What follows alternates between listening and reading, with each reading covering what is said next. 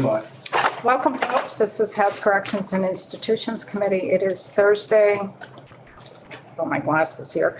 Thursday, January 19th. We are running a little bit late. There was a breakfast at the Capitol Plaza with our Turning Point Recovery Centers that members of the committee attended. So we're making our way back up from the Capitol Plaza to our committee rooms. We are running a little bit late, and I apologize for that. Today, we're going to be spending a lot of time in the committee in terms of background information on corrections. We're starting this morning with a project that we've been working with the Urban Institute called PRIN, and I'll let the folks explain what that is all about. It's a Prison Research and Innovation something. I forgot what the N stands for.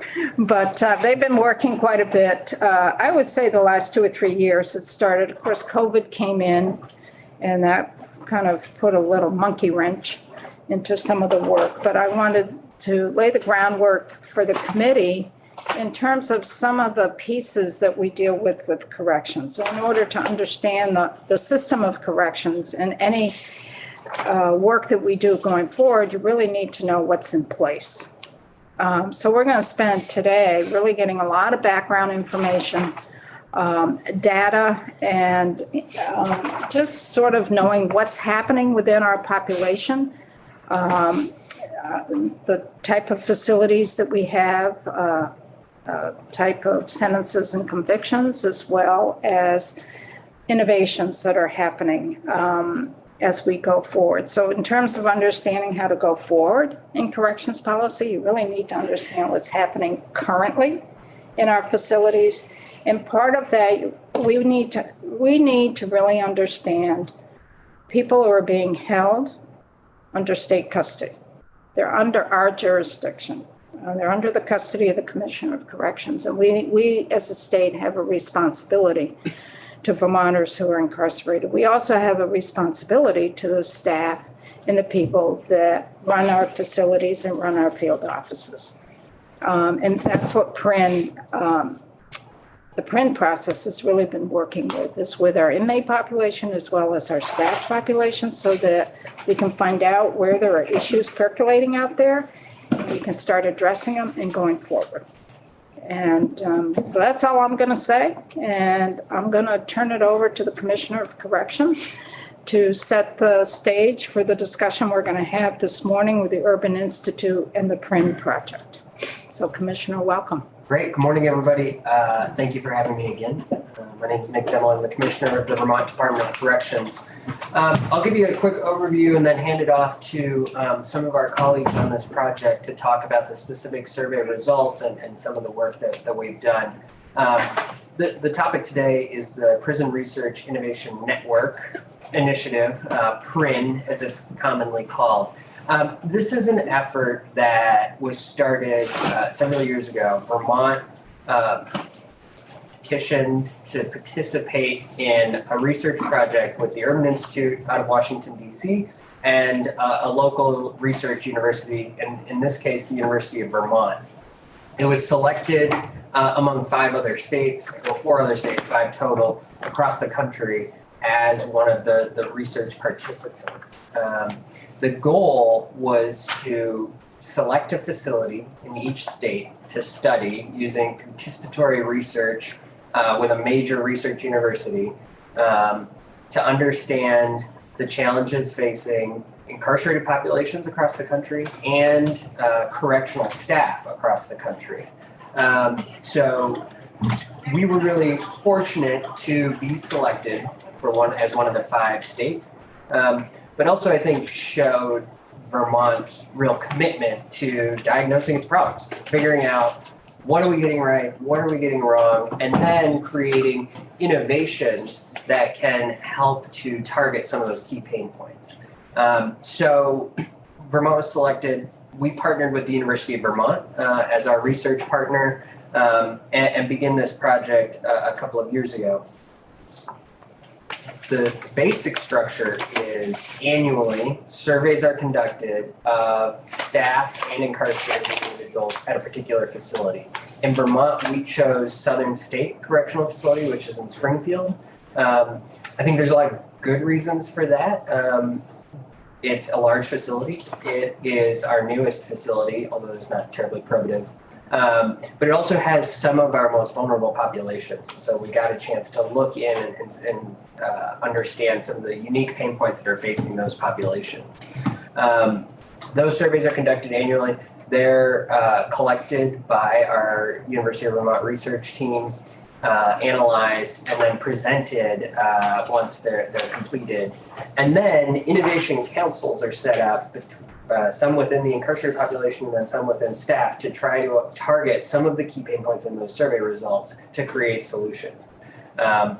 We have done 2 rounds of surveys so far. So the first round was done last June in 2021, and then the second round was done in June of 2022, and that's the survey results that just recently came out and we're here to talk about today. I think, I'd like to just underscore, and I feel comfortable doing this because I was not the commissioner when we pursued this effort, but I think it's important to underscore the courage that it took by the state of Vermont to take on this project, because as you've seen in the results this year, last year, these are not pretty results. We will not sugarcoat this in any way. But I think it does take some courage to be able to lift the hood and really get in to understand what's going on in this system, and then have the commitment to actually go in and try to fix some of these problems.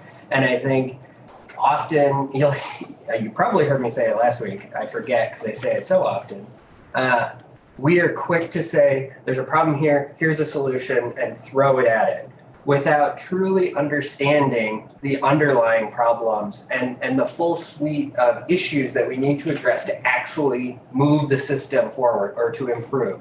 And so I think the PRIN effort gave us this unique opportunity to get to that depth of understanding. And it's not done. We have years to go yet, but it will really help us to best understand through evidence, through data, what is going on and how do we get in there and fix it. And so I just wanted to caveat that. The only other really positive thing is Vermont is the first state in the country to completed the first round of survey results and the second round. So really we're kind of on the front end of the spear here in this effort nationally. I've very strong relationships with some of my colleagues across the country and particularly the other states who are participating in this PRIN effort. And I think to a T, we're all seeing very similar results. But the 4 other states are also deeply committed, like Vermont, to exposing the problems and then getting and really solving it. So I'd be happy to provide any of that context as we go through as well. I'll share the other states. I think I could get them all right. The other states participating are Delaware, Iowa, Missouri, and Colorado. And so it gives you a nice cross section of the country, but also they each selected fairly different facilities. And so we'll get to see nationally how the data differs and where there are similarities. I think I'll pause there. That gives a nice tee up. Happy to answer questions, and then we could hand it off to the University of Vermont. So what is your prior connection with these other states? Well, I have no personal prior connection. So there is an association of corrections executives, basically the head of every corrections agency in the country. And we meet somewhat regularly nationally. The current president of that association is the secretary from Missouri. So she's leading both that association and then is one of the states in the PRIN survey. And then the other states, we've frequently communicated about these projects and how it's going in their states. And then through the Urban Institute, who's managing this nationally, they have provided context about the goings on in the other states. There is a national meeting coming up of the corrections executives, and one of the presentations at that meeting is on this effort. Yes, what was, do they, all the prisons have a similar level of security for them? Are they similar, facilities? You mean the other states? The other states, yeah. So the Urban Institute set the parameters for what type of facility could be studied under this project, and there were some restrictions around size, and for Vermont it was us trying to get to a size level because we have fairly small facilities. I think Jesse, who's with us from the Urban Institute, might be able to answer that question better than I can. Okay. I can tell you in Vermont there are security level differences to an extent, but it's much less codified than it is in many states where you have kind of high security, medium security, low security. In Vermont, ours are pretty flat across the board. And Al Cormier, who I think is going to be with you all this afternoon, can speak with a lot of expertise on that. We just don't have the same kind of risk level in Vermont that some states experience. And so our risk is we're able to manage that risk differently than some other states. Our facilities are all medium security Right. for that. We may have a closed custody unit Sure. within a facility, but they're all basically medium security. And that at the difference between a minimum security, medium security, and high security is the number of walls separation you have from the correctional population to the population at large. Really? That's really a lot of what it is how many walls and fences for that. That's in the simple way of looking at it, Okay. but that's the way it is. Yeah. Anything else for the commissioner before we move on? Commissioner, should we go to Jesse or should we go to Brad? Which one should we go to first? I think Jesse and I think Jesse should probably be able to answer the question I was asked. And sorry, Jesse, I can't actually see you. But good morning. That's fine. I can handle myself. So appreciate the opportunity to be part of this panel, talking to the committee and spend some time with you all. So I'm going to do a little bit of elaborating upon, the structure of the project, and partly this is to help understand what were the parameters and the ways that it's set up that came from us and that we're responsible for, but also to set some context for the results that we have today. So I'm Jesse Janetta. I'm a senior policy fellow at the Urban Institute in Washington, D.C., and my role in the PRIN project has been leading our engagement and work specifically with Vermont. As Commissioner Demmel said, the intent of the PRIN project, the reason it was built was with the logic that research and data could be mobilized in order to not only build evidence, but also spur innovation to make prisons more humane, safe, and rehabilitative environments. And it is very focused on the prison environment. What is the experience within the facility? And looking at that both from the lens of obviously the individuals incarcerated in the facility, but also the experience of the workforce that is working there. And so the Urban Institute, where I'm based, is the national organization doing the coordination support for the sites, facilitating connection and peer learning for them, and also taking what we're learning and having a goal of using that to influence correctional practice in the United States. Project's funded by Arnold Ventures and supported by them and was initiated by them and Urban in conjunction. So as the commissioner mentioned, there are 5 states that are part of this.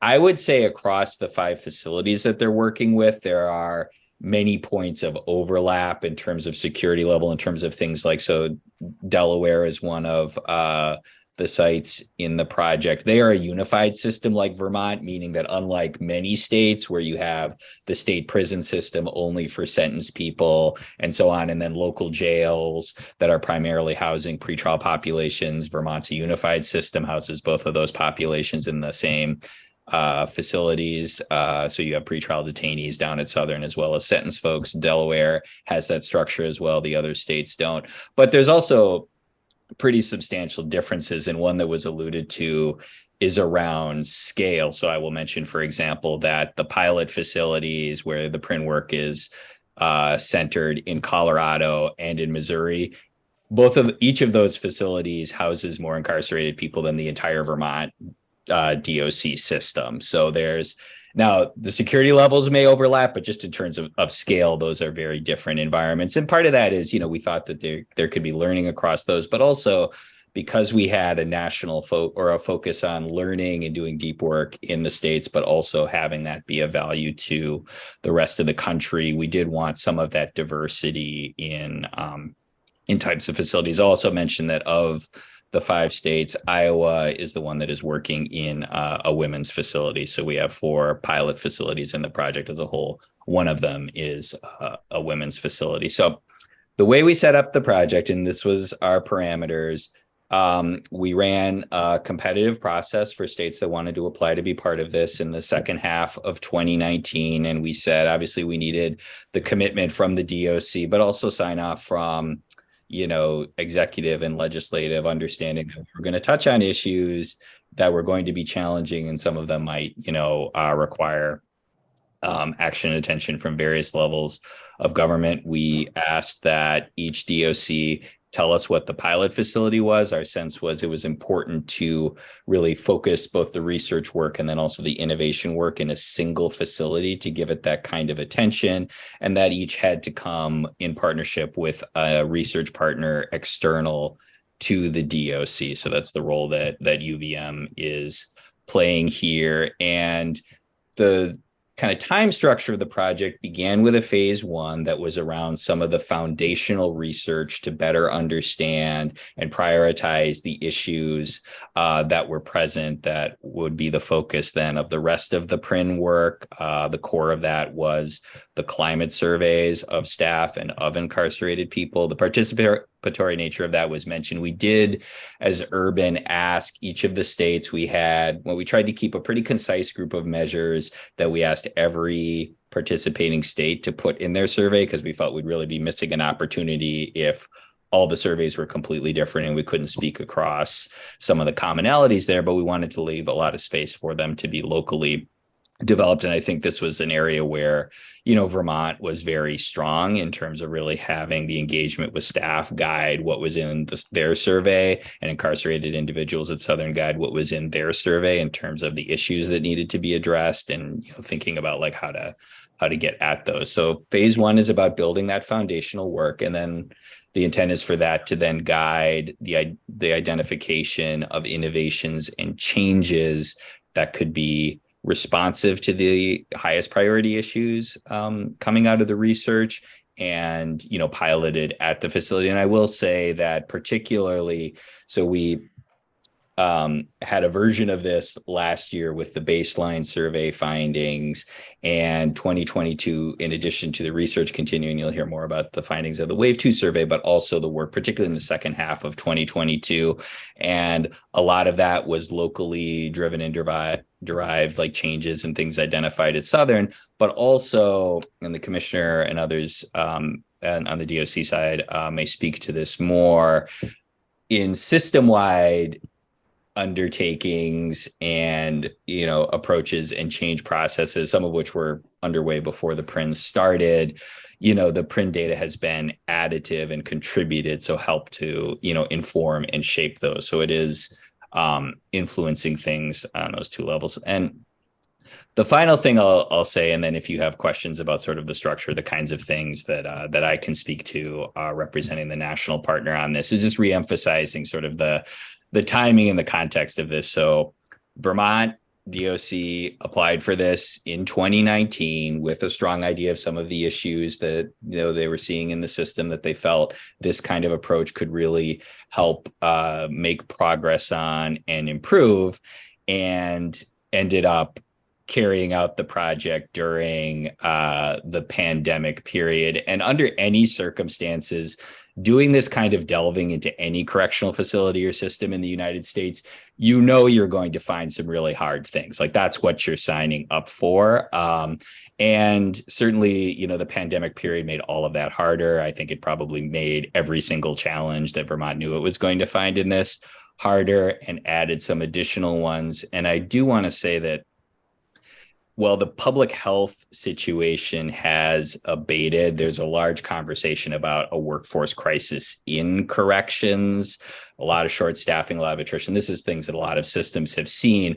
But I say that to say a lot of the pandemic impact on institutional corrections in Vermont and around the country if anything, intensified in a lot of ways, over this past year. And I do want to say that I really appreciate from our perspective the way that Vermont DOC has stayed the course during this. We had to do a lot of course corrections and adjustment to the timeline and the way that we wanted to do this or when we wanted to do certain things. But, the commitment both at the, agency leadership level and also at Southern to keep this moving, UVM hanging in when they had to adjust this in all different ways, that has been consistent all the way through. Obviously, there's a million reasons, given what the last couple of years have looked like, that this project could have withered, and that did not happen. And, while I'm here feeling, appropriately challenged by the difficulties,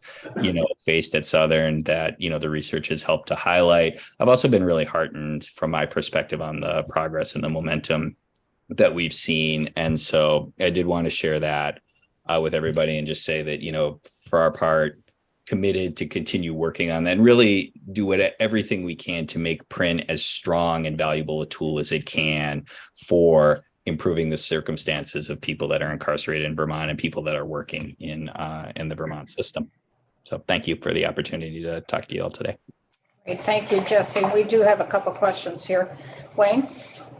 Could you give us some flavor for what the kinds of questions in the survey were? Sure, and that may be more of a something for UVM to elaborate upon, but I will say, in broad terms, and also I'll talk a little bit about where some of the continuities are, even though these were explored in different ways. I think, on the staff, there's the work experience. I think there's a lot about stress and well-being things, which we know from existing research are longstanding issues in corrections, around, asking things around safety, both of staff and incarcerated folks, in order to get a sense of how that looks from their different perspectives. I think access to programming, preparation for release. There's also, some questions around sort of understanding about what prison is for or should be for, in terms of public safety, in terms of rehabilitation, in terms of things like that. And a lot of these questions sort of mirror with the staff and incarcerated folks, not necessarily in exactly the same terms, but to see some of these dynamics from different perspectives. And, the UVM folks will give you way more detail about that. They are pretty long. I think they were in the order of 150 questions per. So they're pretty comprehensive and really tried to get at a lot of the different aspects of, the experience of working or being incarcerated in the prison facilities. We do have those documents. They're posted on our webpage, and they're also, Bill printed out some hard copies for that. And that's one thing we're going to be going through with our UVM folks. Anything else for Jesse? Gina? Yeah, was the data broken down between detainees and long-term inmates of what the experience was? So Abby, I hope I'm not, what you're going to see today is aggregated together that exists in the data and can be done. And, I think it's, especially thinking about the, lived experience of being in the facility, there's an argument for and I think largely Vermont DOC is doing mixed housing units. So in some ways it's it is a similar experience, even though the legal situation is different, but there is an ability to, in the data, to break it down that way and across other dimensions as well. So you're getting sort of everybody aggregated together, those top level findings. I think what you're going to see today, but that can be done. And this is part of the question of, that the research says, what are the most important ways that you might cut this in different ways and understand more specific experiences of different groups of people that are either incarcerated and are working in Vermont prisons. Bless you. Anything else for Jesse? Okay, should we move right to the UVM, or Brad, you're sort of the manager of this whole thing for the Department of Corrections. Do you want to weigh in before we shift to the UVM folks?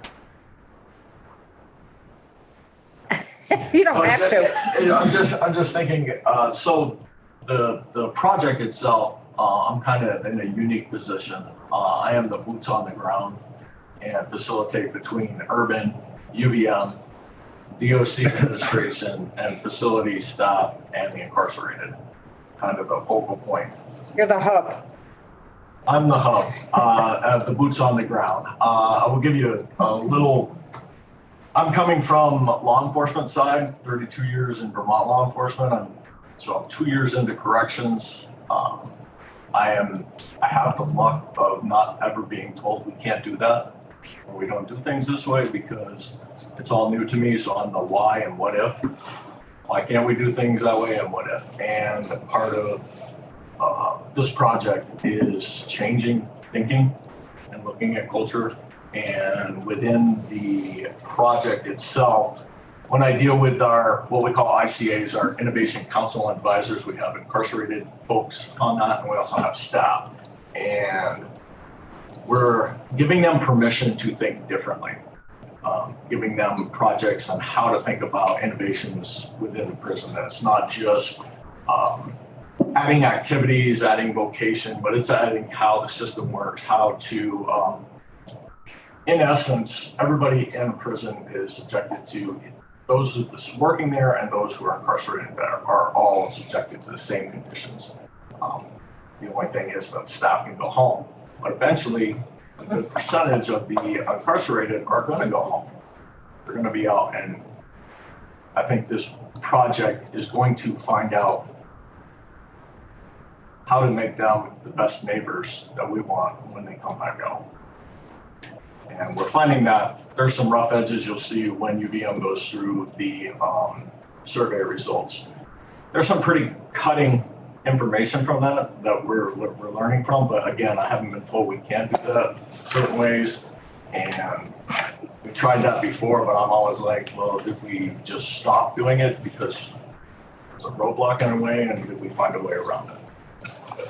When we get more into the survey results, I think you'll find it's difficult, and it's a lot of listening. Everybody has a story, but we're moving forward to where at least my incarcerated groups are beyond the what can we change for me, and they're moving into a thought process of what can we change for we. So that's a good segue into the UVM folks, and we have Abigail Crocker with us. We did have Kathy Fox, who's a professor. Both of them are professors within UVM, and Kathy has fallen off the screen, so I'm assuming she had to. She has a class at 10 a.m. to teach. Okay, so Abigail, it's all yours. For the committee, this is on our committee webpage. And we also have the handout here, but I'm assuming that Abigail's going to walk us through the survey and their role in the PRIN project. So welcome, Abigail, if you could identify yourself for the record. Sure. Hi, I'm Abby Crocker. I'm a research associate professor of statistics at the University of Vermont, for the record. And I, on this project, am half of the research team that's partnering with the Department of Corrections and Urban Institute in this work. My colleague, Kathy Fox, professor of sociology at UVM, has to teach, as you noticed. So I'm here to walk through. So what I did, recognizing that the actual full survey report is 44 pages long with 150 questions in it. I thought what might be helpful was for me to sort of highlight some key things. And therefore I created a slide deck to walk through today with all of you to help give an orientation to that and include some highlights of some key results. So I think I see copies of both of those things on the table, but if it's okay with you, I might go ahead and just share my screen to walk through the slides. Fine. Here. And note, when I share my screen, I'm probably not going to be able to see anybody. So yeah, so I will manage as best as I can. I may be interrupting you, Abby, when someone raises their hand. I'm going to try to do it in a way that's a natural break in the presentation. Perfect. Thank you. And so essentially, I'm here today to walk you through these results that were just released. And What I thought I would do is, a lot of this has been touched on already about what PRIN has been in Vermont. But then I just want to give some more background to some of the questions that were raised around, like, what are the questions on the surveys? How were they developed? Really the meat of the surveys themselves. And then I'd like to move into providing sort of an overview of the actual survey results. And that includes an orientation to the full data reports and how to work with them, as well as a summary of the key findings. And I've selected a few today to review, really that we've shared already and discussed with the population at Southern, that really compares 2022 versus 2021, and then share a bit about our next steps from the research perspective of how we're moving forward. So there are 33 slides here, and I'm cognizant of the time, and just want to make sure it's useful for you. So if at any point you have a question or want me to speed up, just please let me know. So a lot of this was covered already, so I'll go very quickly, but I think what's important to note about PRIN in Vermont is the timing around the application around 2019 with the project launch of 2020, and how sort of changes in leadership and public health pandemics might have influenced that over time. We recognize that these core functions of how the urban-led PRIN project actually is implemented in Vermont include the pilot facility, which is Southern State Correctional Facility, includes the research partner. Here it's UVM. What's very cool, I think, about the urban initiative is the creation of Brad's role, the innovation manager. That's a DOC position to help make sure these things stay connected and the innovations in the facility and across the partners really take hold. We also have a steering committee with representatives from the pilot facility, DOC, UVM, and Urban that meets bi-weekly to manage this project. The other component that's important is the executive committee. And this is a committee that meets quarterly, that really hears updates from the steering committee on project status and needs to really make change using the findings from the project. The research side from the PRIN research and an innovation really is about using data to understand the issues and measure the impact of innovations in the facility. The key components that I think are important to note about this particular partnership is that UVM is independent. And I think that's key because it's really established a level of trust and independence in the facility. Like, we are sort of independent from DOC, but partnering. So the data comes to us, we analyze the data, and we're able to sort of maintain that sort of independence in terms of the data collection and research interpretation. It's also community engaged, which means, excuse me, we work really closely with the folks inside the facility to understand the issues and drive all of the research. It's mixed methods as well. So while the survey is a huge component of it, it's more than that. We also do interviews and focus groups and take field notes inside the facility, and work also with some administrative data from DOC. So how were the surveys developed? Well, the development of the surveys really took place between March 2020 and March 2021, which was a challenging time to do research in general because it was sort of the height of the pandemic. So it was a challenge, but I really thank our DOC partners for really working with us. We set up a lot of ways to stay engaged and do this through teams and remote engagement. So it was a joint effort to make this happen. The way we created the surveys was my partner Kathy and I conducted focus groups and interviews with the staff and incarcerated individuals in Southern to figure out what the issues are that were important to them. If we were going to just create a survey to measure climate and conditions in the facility, it was important that we understood what those were from the people who understand those best, which is the staff and incarcerated individuals in the facility. So all of that work was led by focus groups and interviews. We also established a team of community research advisors, of staff and incarcerated individuals inside the facility to help us understand, like, we heard this in our focus groups and interviews. We're translating it by creating this question on the survey. Does that resonate with you? These research advisors helped us in every step of the process, including the format of the survey, the order of the questions, and how we administered the survey and shared the results back with folks inside.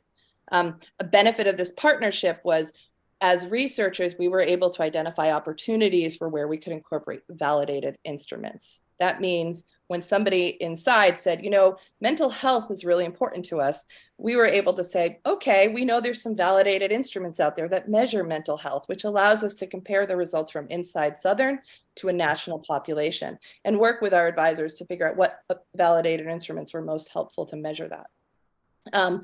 As Jesse mentioned as well, a subset of the questions on the survey actually were asked across all 5 states. So it also allows us to work with the other states to understand and compare what's going on.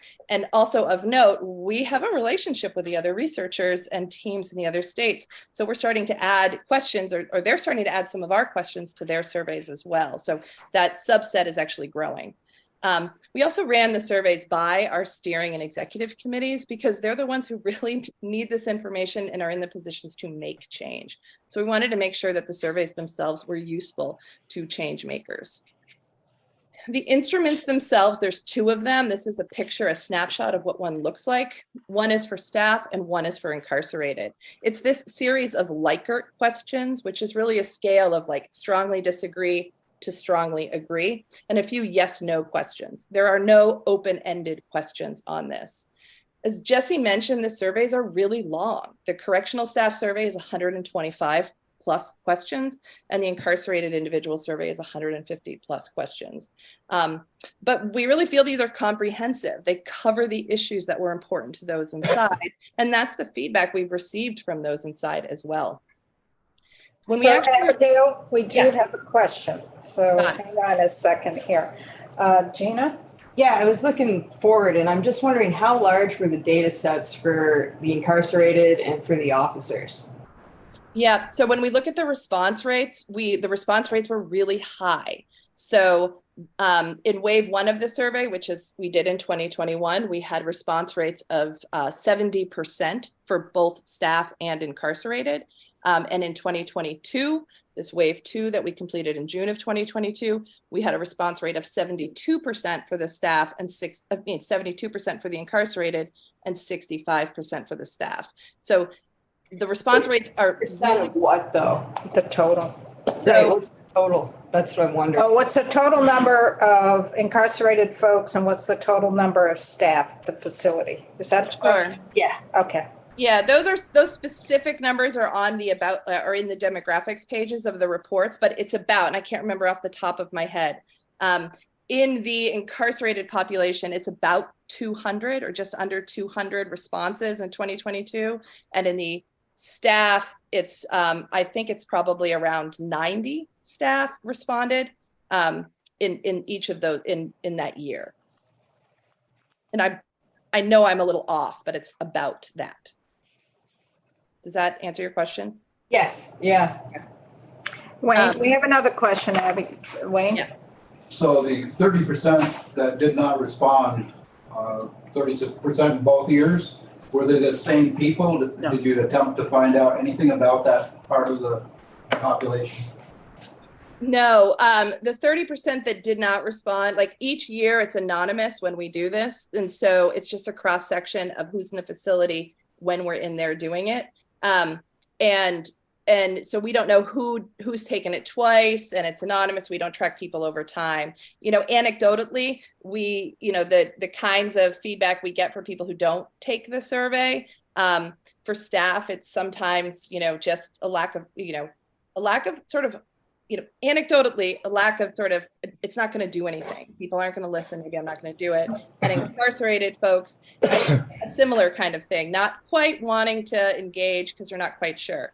But I would also mention that with surveys of this nature, response rates this high are really good. Like, you don't really expect to get survey response rates this high. So we're actually really happy with the response rates because we think that they mean, and what we've heard from the folks who've taken them is that people are engaged because they think these surveys actually represent the true climate because they were designed by the folks inside. And even though they're really, really long, the thing that's really important is we have like nearly 100% completion rates. So for those who start the survey, people finish the whole thing. And that really is a clear indication that the surveys are of value to those inside. Sounds to me like a good statistical population size there. My concern is whether or not that other group is a different population. in a sense, in terms of whatever their attitudes are, or there's something about them that sets them apart from the other group. So you're not addressing something's missing. Could there be something missing? Yeah, I think just the nature of voluntary surveys is the people who take them are the ones who want to. And so by definition, the people who don't, there's something going on. We did not design this to be sort of a random sample to ensure representation as best we could. We really were trying to give the opportunity to 100% of folks inside. So I agree with you. The folks who didn't take this survey represent something different than the folks who did. We're very happy with the number and the percent who did take the survey. But I do think it's, one of the things we try when we think about designing the survey. It's why we worked with the Research Council advisors and keep working with folks inside to figure out what can we do differently? How can we engage and understand why people don't want to take the surveys, and to make sure that we try to get that number as high as possible. So Abby, we got a couple more questions, Troy and then Gina. Hi, Abby. I might be jumping ahead, but did your qualitative data just inform the survey, or is that folded into the results as well? So the focus groups and the field notes? Yeah, so we've done qualitative data collection at 2 time points so far and have a third planned. So the first was the qualitative data around the focus groups and interviews was really specifically intended to develop the surveys. Part of the process is once the survey results are done and complete, the first group of people we share them with are the folks inside. We do that as something called the data walk. And in the data walk, we share the results with everybody inside and we ask for their feedback in open-ended qualitative formats. So we have a feedback form where everyone does responses. So that is incorporated. We have finished analyzing the staff data and from that data walk in 2022, and some of that is incorporated in these slides. We have not yet finished analyzing the incarcerated qualitative data from that feedback yet, but we do have a whole nother series of focus group interviews planned for 2023. And Gina, and then I want to keep moving along on the slides here because some of the questions are going to be answered as Abigail starts going through the slides. Yeah, I'm just wondering what the situation was with outliers and if a percentage of outliers were thrown out. So outliers, so nobody's results were thrown out. If anybody completed a survey, they were thrown out. Where results would be thrown out is if, for example, somebody answered like very clearly, went through the survey and just checked yes through everything. Or like just went through with a big line and said like, here you go, there's my survey. So it was very clear they didn't actually take the survey, but that's just not, it didn't happen all that often. There was just a handful that we had to eliminate from the analysis because of that. So let's move on because some of the questions that folks may have may be answered as we go through. Great, so, sorry, we good? Okay. So really just as part of the urban funded project, the survey gets administered at 3 time points. The first, like we said, was done in June of 2021. That's really intended to identify priority issues for change. We completed the second round to see how it's going in June of 2022 and plan the third round for 2024, which is really sort of the final assessment, like, did it work? How we've actually shared the responses is, like I mentioned before, we had very high staff and incarcerated response rates. We've shared the survey results through these data walk mechanisms, which is, creating handouts and posters and feedback forms and going into the facility and asking for, what do these results mean to you? What's important for us to know about these findings? We did that for the first round of surveys in November of 2021 and for the second round of surveys in October 2022. DOC then championed a collaborative press release around these results in January 2022 and January 2023. And it's important to note that all of these full data reports are available on our website, which is listed here. What exactly is available and where is it? Just, this isn't a screenshot of our website and where these results are. And I just want to highlight the fact that we have 2 sets of full full results. So that's the 2022 PRIN survey results and the 2021 PRIN survey results. And if you look at those full reports, they're each about 45 pages. You can see what all the questions are on the survey because they are actually done in order of the questions and reported back and how individuals responded. We also created a summary results report, and that summary results is really what we shared in the facility as part of the data walk in October 2022. That's also on our website, called 2022 versus 2021 PRIN survey. And that's really a highlight of the priority areas for change as identified by those in the facility and what those results were. So I want to just orient you to the actual big report. It's 44 pages long. It has a section about the PRIN project, an overview of how to interpret the report, as well as a section for staff and an section for an incarcerated individual.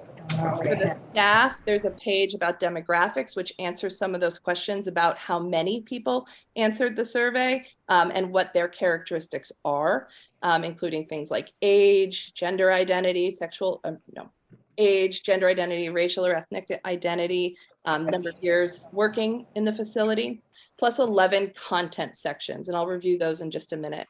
For incarcerated, it follows a similar pattern. We have a demographics page, which describes the number of people who took the survey, as well as some of their key characteristics, including that question about how many are detainees versus in for a parole violation versus serving a sentence. So hopefully that gives you an idea of the kinds of opportunities for using these data. There's also 16 content sections related with the incarcerated individuals, and I'll go through those in just a second. It's important to note that because we did essentially the same survey in 2021 and 2022, the differences really between those two surveys related to the COVID questions. The things we asked in 2021 weren't necessarily that important in 2022, so we modified that section a bit. Things like, do you have access to hand sanitizer?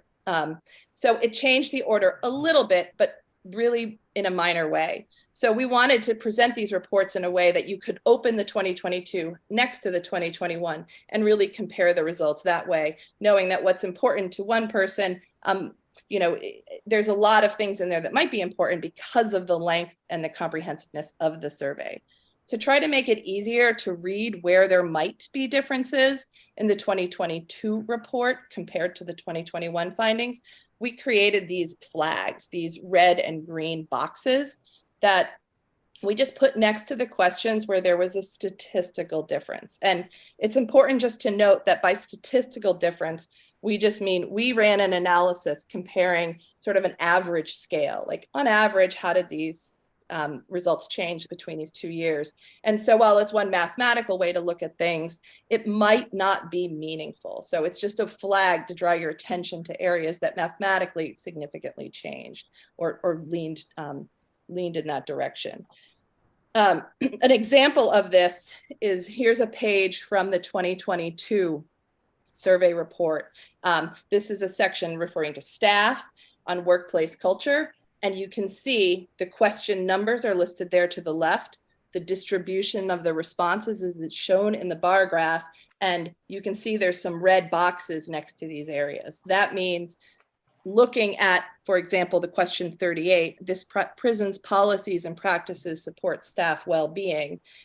This got worse statistically from 2021 to 2022. So that's how you can interpret what the responses are and how it compares to 2021. Just of note, the full results report for staff is really on pages numbered 1 through 18 of the comprehensive report.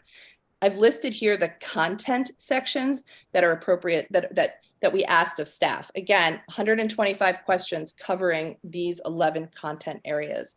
Things like job satisfaction, perceptions of DOC central office, workplace culture, health, including mental health and physical health, trauma exposure and symptoms, perceptions on the purpose of prison, prison conditions, staff incarcerated interactions, correctional practices and sanctions, COVID-19 response, and the MAT program. Again, all of these things were identified as the priority or the key issues to explore by the staff in Southern.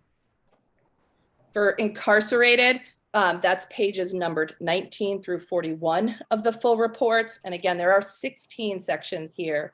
Again, demographics, prison conditions and environment, commissary, purpose of prison, perceptions of personal safety, prison culture, correctional staff and practices, the discipline and grievance procedures, planning for release, prison activities, medical and mental health care, MAT program, health and well-being, including mental health and physical health, contact with family and friends, trauma exposure and symptoms, as well as adverse childhood experiences and COVID-19 protocols.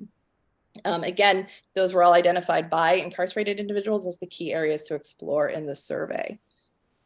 So what we did, recognizing there's a lot of information here, is back in 2021, when we got the first round of surveys, is we went to our research council members, those folks inside the facility that we've been working with to develop the survey. And we said, okay, which ones here do you think we are the priority? How can we engage with the staff when we think about sharing this back and really honing in on specific areas? Which areas of those 11 and 16 sections do you really think are the things we need to highlight? And the staff back in 2021 picked staffing, job satisfaction, health and well-being. The incarcerated folks really highlighted issues around planning for release, healthcare services, commissary, and prison activities. So what I decided to do today, being cognizant of the time, is to really focus in on these areas to share some of the findings with you and go through those. Does that sound like a good strategy? Okay. Yes. So for staff specifically, again, what you're seeing here is these are the reports that we shared back with staff. So around staffing issues, the issue of enough staff to meet the current needs of the prison. And what you see in this graph, and you'll see in the next 10 slides or so, is on the top, you have the responses from 2021. The blue lines really represent strongly disagree or disagree. 2022 is below that. So where the colors look the same, it looks like there's not a lot of change. And you sort of see that here, that there was not a lot of change about people disagreeing that there are enough staff to meet the current needs of the prison. So you could see why it's a priority area for folks. This quote that I've shared here, that we are human, we have lives, the 16s are destroying our personal lives and relationships, help us, we need help, is from some of the qualitative feedback we've received from staff when they're reviewing these results. So like I said, we have some of this qualitative data from staff, but not incarcerated at this time. So I'll share that as I walk through. So to clarify what the 16s are destroying, that is they're working 16-hour shifts. Okay. That's what that is, okay? And at some point, I do want to schedule the commissioner and DOC to come in and talk about their new staffing times in their schedules and how that's playing out, because they did institute a new staffing schedule back in August, September. And some of that we may be getting into in the next day, maybe Tuesday as well, in looking at the general fund budget adjustment, because there's some implications in your budget in terms of reflecting that agreement you had with VSCA on the staffing schedules. I don't want to lose track of that, but we may have to weigh in on that upstairs or wherever they are proposed. Mary? Abigail, could you possibly, I know 1% isn't a great improvement, but what area were the improvements in the 1%? So I would call that this is the same, unchanged. So the 1% would just be noise in responses, just based on just variability in sort of the data. So this is largely unchanged. I provide one touch of context. Commissioner? Sorry, I don't mean to step on your presentation here. Yeah. The only piece of context I would add to this slide is the surveys in 22 were taken in June of 2022 at Springfield.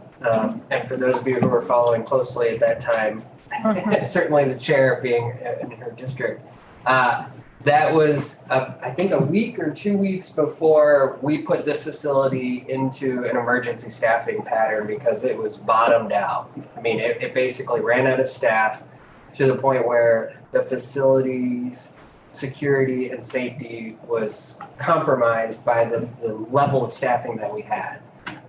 And so I think, in 21, we were experiencing a similar problem. That problem still existed in 22. And since that time, we've made major changes to the system, which we hope are reflected in future surveys. But this reflects, I think, the staff's opinion and views on how bad the staffing crisis continues to be, but certainly this was the pinnacle of that staffing crisis. It was. It really was. So, Mary? Well, we were told in 2021 that steps would be taken, and so it's extremely disappointing that it appears almost virtually nothing was done. Shame on DOC. Yeah, I think some steps were taken, although I think they proved. Well, there was a major side letter agreement with the union to inject money to staff. That appears to have had, if it had an impact, it stemmed additional bleeding, but it did not move the needle. And what that showed me when we were looking at this and when we were first dealing with the crisis at St. Johnsbury and then the crisis in Springfield was money it could be part of the solution. That's not the solution. We need major system change. The structure of our department needed to change to fix this, to impact this number at all. Right, and I believe we were told that management would be part of the solution. That, I've always believed good leadership is based upon managers knowing when there's a problem. They're right in with the team, working side by side. And we were told that they would pick up some of the hours and all of this, that they were trained and would be doing that, and it appears that. Yeah. I've heard that before, that's a recommendation that managers, I think particularly folks are talking about central office managers, should come in and work a shift. I think there's some symbolic value to that, right? It's if you're the head of the cavalry, you're on the horse right in front. However, I will caveat that by saying, of the total number of people we're talking about maybe 5 to 7 individuals who have the necessary training or had historically the necessary training. And those individuals are also serving in critical leadership positions who are designing the solutions at the same time. So if we take them out of their role, that work isn't being done. They may work a shift, which would impact 12 hours of time. But I think what we need is a much bigger solution than that. And so I understand the symbolic value. I think the practical impact of that would be very low. But I've heard that before. Well, and I think we understood that, but you're saying the managers had bigger jobs to be fixing the problem, and obviously they didn't. And there were no plans. So, I'll be interested to hear what your plans are going to be. Well, our plan launched in August, September timeframe of 2022. And we've seen a marked change in the data since that time. We dropped our vacancy rate among security staff by 5% in 5 months. We ran the biggest academy class that we have ever run in our modern history, which was nearly 3 times the size of our average classes. Our current class is about 10% higher than our average class, and this is typically the worst period of time to recruit. And we're not seeing parallels to our recruiting in other agencies around the state. So we're doing something differently. But what I recognized is it's not simply about recruiting more people or retaining the people you have. We need to change the way we approach our staff. And it's not just paying them a couple dollars more an hour. It's investing in them as people, showing them that we want them in the department, providing professional development opportunities that are different than go work in a unit in 15 years, maybe you become a PO. Like that model doesn't work any longer. And particularly when we start to break down, who are we recruiting? What generations are we recruiting? We're recruiting millennials, we're recruiting Generation Z, but we are acting as if it's the 1970s and people are going to spend a 40-year career working in the system, and that just isn't going to happen any longer. And so our plans retool that system to adjust to the reality that we're recruiting. There's national data that looks at the projection of the corrections career for the future. We're not going to turn a corner and all of a sudden there's going to be a lot of folks who want to sign up for corrections. In fact, the data is showing that the pool of available candidates is shrinking and shrinking and shrinking and shrinking. And so to me, what that means is we need to change the way we run this system, and that will impact that number. It's why we've not just injected more money into the system, but focused on professional development, staff, health and wellness, and really showing an investment from the day you're recruited till the day you retire. The department cares about you as a human being, and we're going to help you in all facets of your life. And I think those plans are showing real change and results right now. But you don't have any satisfaction data on that. You just have recruitment data. We do have satisfaction data. So the departments start recognizing that this is a one point in time annual approach. We started doing our own surveys, and not just at Southern, but across the entire system. And that data is showing that we are moving the needle, and we're happy to present on it. We call it the Stability and Sustainability Plan. It was implemented in September. It, in part, changed our schedules. We broke the schedule structure and redesigned it because the old model wasn't working. But then we also put the money, the professional development work. We restructured a whole division that now is just focused on the staff experience. And so we'd be happy to share that data. Yeah, we'll have you back and go, because I know you're going to have to scoot out here pretty soon, but we'll have you back to go further in depth because this has hit a nerve from the committee. So we have 3 questions here. We have Eric, Gina, and Chip. I know you gotta move on to another thing. I got more of a statement. We all understand that this is not some aha moment, correct? Yeah. We can reflect back to the Downs Ratchland Martin report of 2019 conducted, and it's the same results. That may have been put in a report form. This has been put into a data form. Again, these are not aha moments. And I reflect upon my colleague, what she had just mentioned. It starts with leadership. We have a cultural issue. It's reflective in this report. It starts with leadership. So we do have an expectation that these things are going to change, and those boots that are on the ground at the local offices feel supported, feel invested on into, that the individuals that are in central office are down providing the support locally. I find it rather compelling and interesting that all the field directors are located 3 feet away from one another. Is that a fact? The field leadership team, yeah, is at the central office. Okay. Yep. They need to get down and support the local chains. They have to. And again, I reflect back, we know what's occurring. We have to change it, or we're going to see great workers that are invested and are loyal to the department step away. We got to support them. Yeah, I don't disagree with your comments. And it's one of the reasons we've really pushed our central office leadership to do more work in the field, in the facilities, spend time there talking to folks.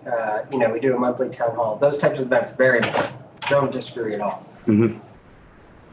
We're not going to move the needle on this stuff, though, in addition to that, unless we make structural changes to the department, because it is just not structured for the long-term success that the state is expecting. And so it is not just one thing, it is a combination of things, and we need to be hitting in all these different buckets. And I think that's the type of comprehensive approach that we need. But your comments are well taken. And as I mentioned, Commissioner, you are not responsible for your predecessors. You're not responsible for that at all. But you have the ability to put that leadership into place that are gonna give everybody a greater opportunity. Because if we do support the individuals that are in the facilities and on the ground, allow them to make their informative decisions based upon the moment in which they are in that situation, you're gonna see a greater outcome for that. And then you'll also see better things provided to those that are under our supervision. Definitely. Second piece, we have to get programming, high levels of risk reduction and recidivism reduction programming into the facilities. That way they're exiting better than when they're entering. Yeah. And I reflect back to a comment your previous predecessor made. He sees congregate living environments as somebody exiting with a trash bag and living out of a trash bag.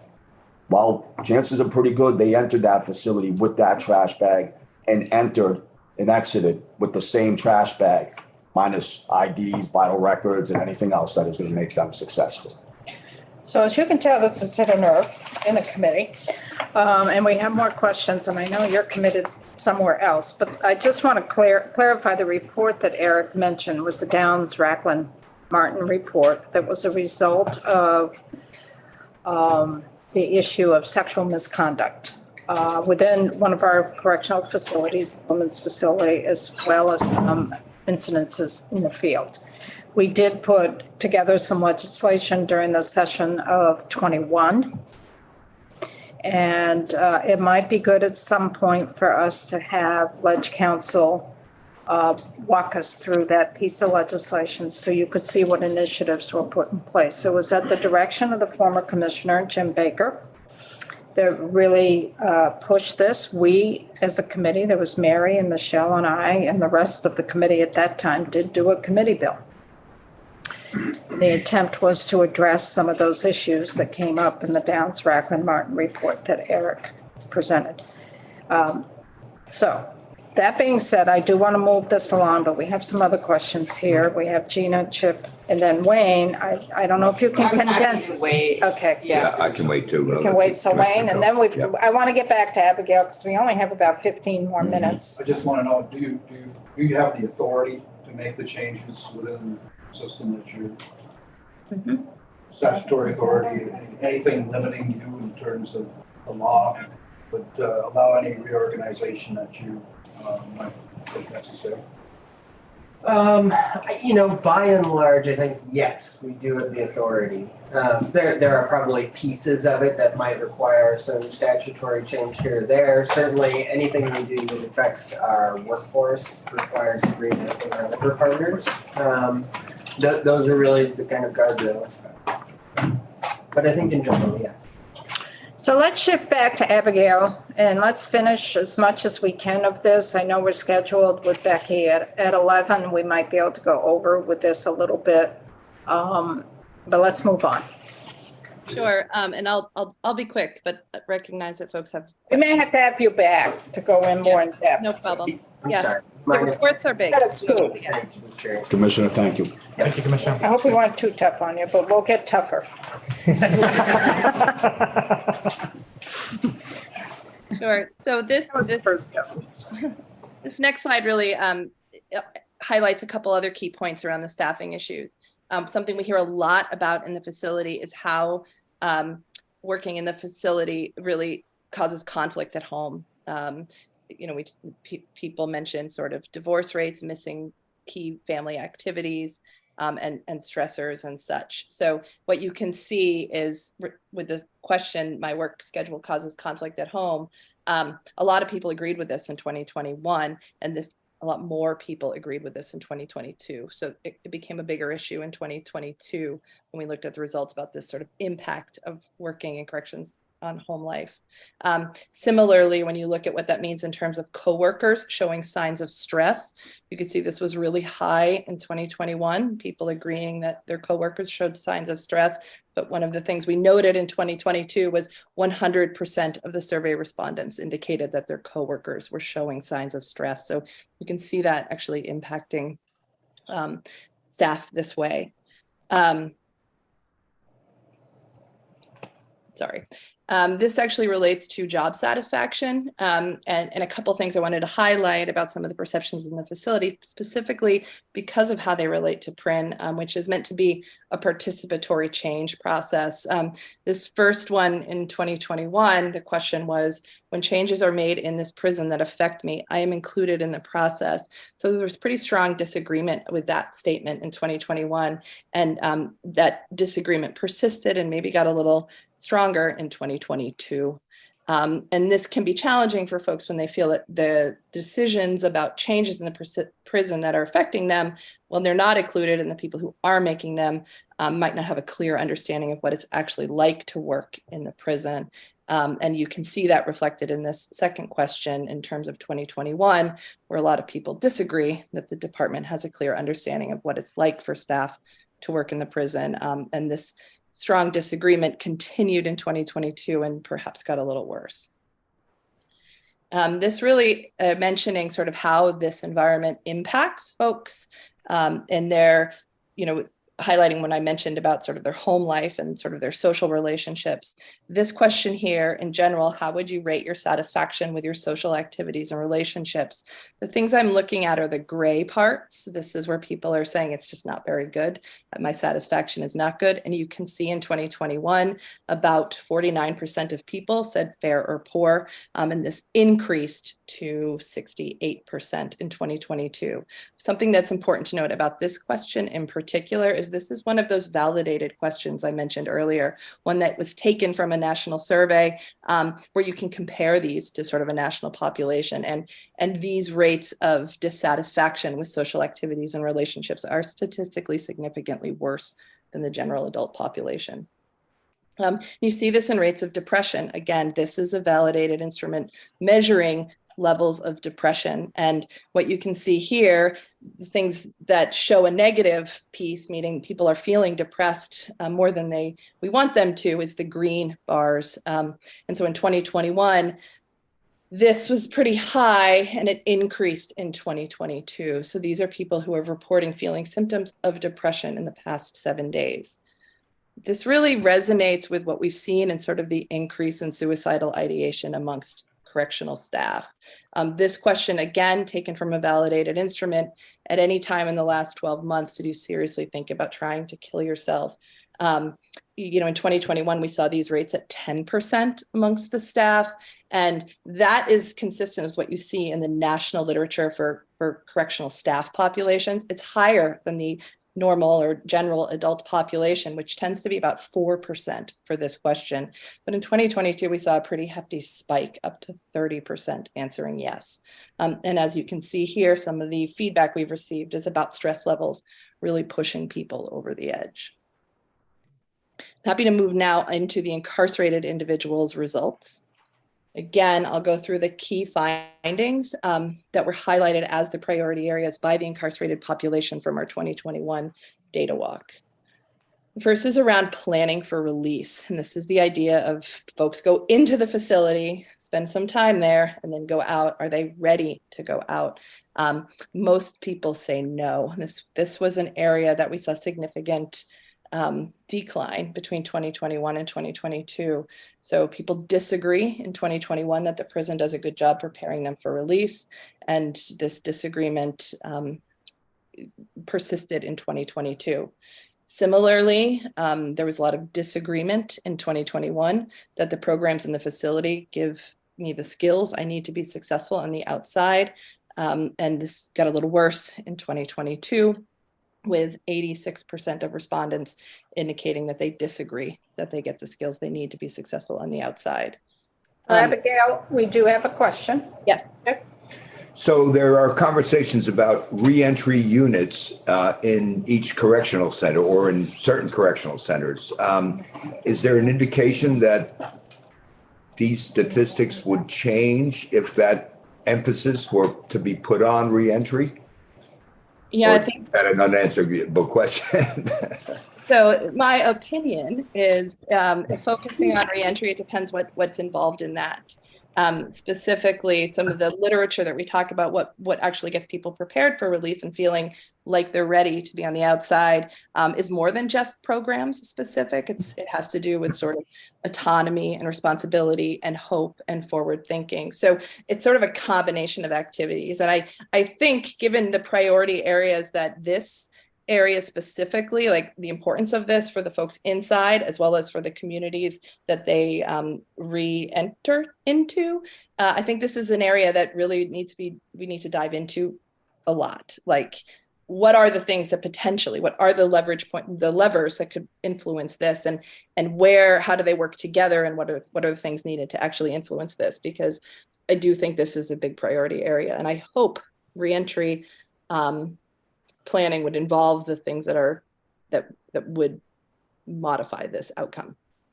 And is there data to indicate or to support some of the notions that you present here? Yeah, there's a couple studies I was just reading yesterday with some of my colleagues about what it means to feel ready for release, and just sort of how complicated that is with studies that suggest several factors. So again, we've done a skim of that literature just for talking about it yesterday, but I think those are the kinds of things we hope to bring back to the steering committee, the executive committee, this group, on the folks on the innovation councils inside the facility as well. Thank you. Similarly, another key point with issue with the incarcerated population is healthcare services. And this we saw pretty consistent. If you look at that section in the 2022 report, a lot of red boxes, consistent decline in these perceptions between 2021 and 2022, with most people disagreeing that they get the medical treatment or mental health treatment that they need in this prison when they need it. And you can see that sort of reflected here. This is also a big issue because, similar to the correctional staff, the suicidal ideation in the incarcerated population is very high. It was high in 2021, around 36%, and remained high in 2022, around 37%. This is unfortunately consistent with the literature on what suicidal thoughts are in incarcerated populations. I just want to mention briefly as well about commissary, because commissary is something we hear a lot about. Like, it seems to be one of those things that's like, could we just change commissary? And so that was flagged as a big issue in 2021, indicating that there aren't enough outside vendors to choose from. Remains virtually unchanged in 2022, these perceptions. Similarly with there are enough options for things to buy. These are, again, incarcerated perceptions of commissary options. And as you can see, the distribution of sort of blue and orange remains pretty consistent between 2021 and 2022, indicating not much of a change. These are just the other two questions related to commissary, and the quality of available items and the costs. And again, not a lot of change between blue and orange between the 2 years, indicating not much change in these perceptions, but still a priority area for the population. Finally, this I think relates back to preparing for release, idle time and prison activities. What we see is individuals inside perceive that they don't have access to activities to promote well-being and growth. So in 2022, 84% of the incarcerated population disagreed that they have access to activities that promote well-being and growth. And this is related to preparing for release. What do you do with your time while you are incarcerated? This got a little worse since 2021, but remains a big issue for those inside. And you can see this is related when you look down at the next question, in terms of there are a lot of times when there's nothing productive or meaningful for me to do. Most people in the facility, 85% of the incarcerated, agree with this, that there are a lot of times when there's nothing productive or meaningful for me to do. And just of note, this kind of sort of flip from the top question and the bottom question is validating for us in terms of the quality of the survey instrument, because it's essentially asking a very similar question and you're getting similar responses that sort of make sure people are taking the survey correctly. So that's informative. Abigail, we do have another question, a couple of questions. Michelle and then Tristan. Yeah, hi. So my question has to do with the connection between restricted activities due to the pandemic and whether or not those have been resumed or not. Because I used to work at a community justice center, and I know there were a lot of programs that were offered in person prior to the pandemic, including recovery meetings and religious services and art classes and any number of different things. Have those resumed? And if they have, did they resume after June of 2022 when they took this last survey?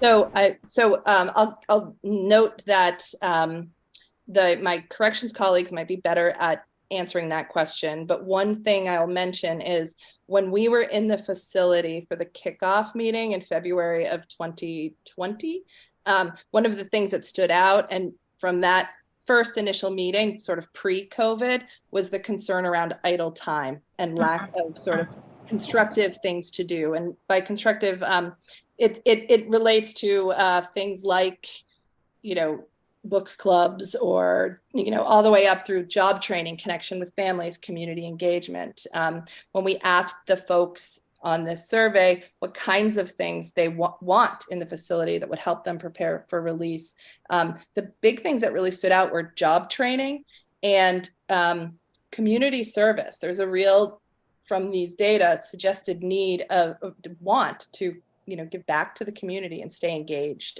through things like gardening for food shelves and sort of staying that community connection. So I think there's a big there are different understandings of what they want in terms what's needed in terms of how to fill idle time. But I'll note that before COVID, there was concern around what around idle time in the facility. And that has persisted. I think some of the programming has started to open up in terms of volunteer services, but it wasn't even before COVID sort of enough, I think, from the perspectives of those inside. Thanks. So we have some more questions here. Tristan and then Mary. John. Oh, and then Gina and John. We'll go with Tristan and then we'll figure out who's next. Okay, thank you, Madam Chair. Thank you, Professor Crocker. My question is, I think, simply looking at the data, whether it's, I'm thinking particularly right now of the incarcerated person's data. It's like I'm looking at a dashboard and everything on that dashboard is flashing red. This is a problem, this is a problem.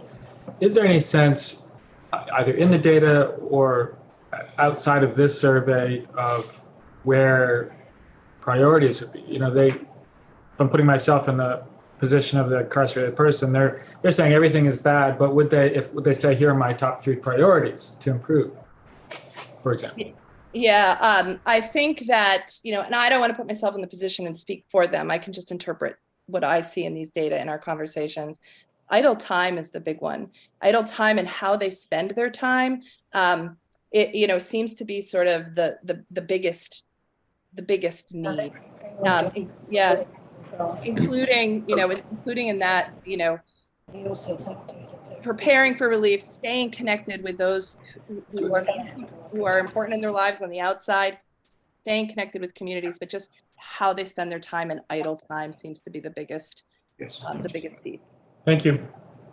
So who goes next? Is it Gina? Is it John? Okay, John.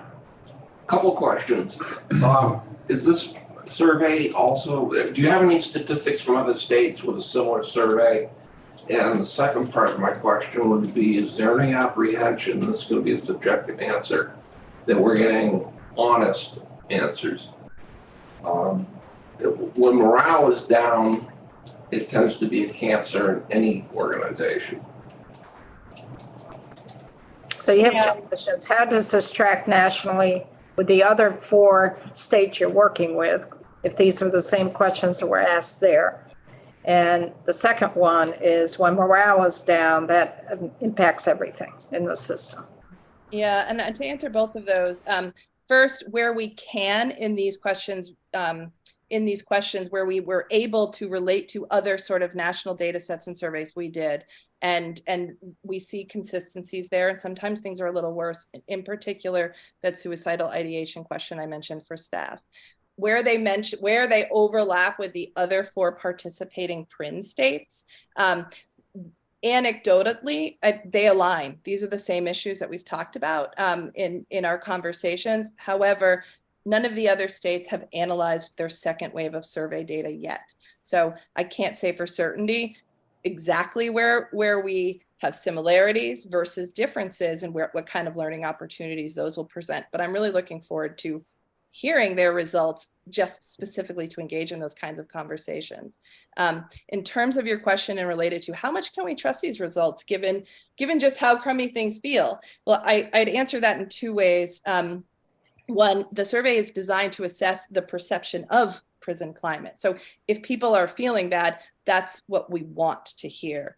And at the same time, that also is the importance of our role as independent research partners, is that our job is sort of to be outside of the DOC where there really is this level of trust in terms of being honest. And anecdotally, when we are in the facility and sharing these results, people will stop us and say, wow, I'm really glad people were honest with these results. This really paints an accurate picture. And so again, that's what we're going with by understanding how the quality of the results. Yeah, and Abby, if I can tag, this is Jesse, if I could tag in a little on this. So doubling down on a couple of these. One is, the commissioner started with talking about Vermont being sort of the leader on this in terms of getting the first out with the data collection. Part of what that means is, as of right now, only Missouri has completed the second wave, and they're doing the analysis. So Urban is working on some analysis of the survey results of the common items, and should be able within a reasonable timeline to share that. But that's the wave 1, because a lot of the sites are not as far along in doing that. So you'll get a better sense of baseline. I would just echo what Abby is saying about trying to measure perception. I think the key question on a lot of these is, and part of the hope of how this can be additive, is creating an opportunity to measure these things consistently over time. So I think one of the key questions is, on these questions, if it's changing over time, are you confident that that's telling you something real about how the environment is changing? And that'll be a combination about objective, like how people are perceiving and feeling about things. And that's, that's a really important part of lived experience. And I think looking at the survey results, I think particularly the ones that stayed very consistent across the waves, and we don't have much reason to think that the situation changed. I think that gives us confidence that we've got some stable measures that it's really going to mean something if they're different at different points of time. And that's a lot of, on that part of it, what we're going for. Gina, Mary? Yeah, I'm just wondering, did any of the other prisons that were in the survey have a MAT program, and was it administered in a similar manner to the VT prisons? And then a second question, it's unrelated. Is there a place we can go to get the results of the other states' 2021 survey? So I can answer about the MAT program. I'm not sure. Like, it's one of those things we haven't talked about specifically. So I don't know, Jesse, if you have more insights on that. And I would look to Jesse to answer the question about, are the other states, have they released their 2021 findings, and are those available? Yeah, some have and some haven't. I'll follow up with the committee with the links to the ones that are in the public domain, so that you can get one. And I'll take back the question around the MAT program. I believe that Vermont's MAT program in the facilities is substantially more developed and robust than in any of the other sites, but don't hold me to that. I will come back to the committee with a more involved answer on that. It's a great question. I do know that it was a subject in the survey development, and this is an important thing to look at in Vermont in a way that did not show up in any of the survey development processes in the other states, but that doesn't mean that they don't have an equivalent program. Mary? I think this one's for Abigail. Would the question of activities not being having opportunities for them. Would that be at all based, would your data show that because there was not enough staff that they couldn't do some of these activities? I definitely think those things are related. And I think what we hear in the facility is the impact of low staffing or staff to incarcerated ratio has on the ability to offer services inside. But I don't think it's just that. So it's not, it is definitely related to staffing, but it's not completely dependent, it's not just related to staffing. There's a lot of factors there. No, I'm understood, but I know that's a big piece of it because you can't programs that you don't have to be prepared to do the other measures that they do. So thank you. Yeah, I think you'll see it as well, just in staffing as well. Like what we see, once you have a chance to dive into the 44-page report a little more too, the sort of the staff incarcerated interactions, they can be a little bit more tense when a staff member has been working for 16 hours and hasn't been home. So you can see some of that as well. Thank you. So let's finish up with this last couple of slides. We do have to shift gears to another topic here. So I want to finish this up, and I know that there is also another document we have, which is DOC Systems Innovations, the PRIN pilot program. We'll have to reschedule and have folks come back for this. Would this also be you, Abigail, this PRIN pilot program, or is that just you, Brad? That would have been Isaac and the commissioner. Okay, so we can schedule you folks back. Why don't you work with Phil when we finish up, and maybe you can help schedule some time, maybe? Not sure. Okay, Abigail, let's finish up here. Great. So this slide on the prison activities is just also talks about the need for quality programs, and this idea of incarcerated folks having sort of hope and optimism and opportunities to feel proud and accomplished is really important in terms of successful reentry and planning for release. And we're just seeing those opportunities are not present. So really, what does it look like in terms of next steps for us? We know that we have, as part of our urban partnership, 2 years remaining. That's why we're sort of really pushing our final survey, of which there are 3, to 2024, to really give time for some of these innovations to hold, so that when we see the survey results in 2024, they'll give us a better understanding of what the impact of those innovations were.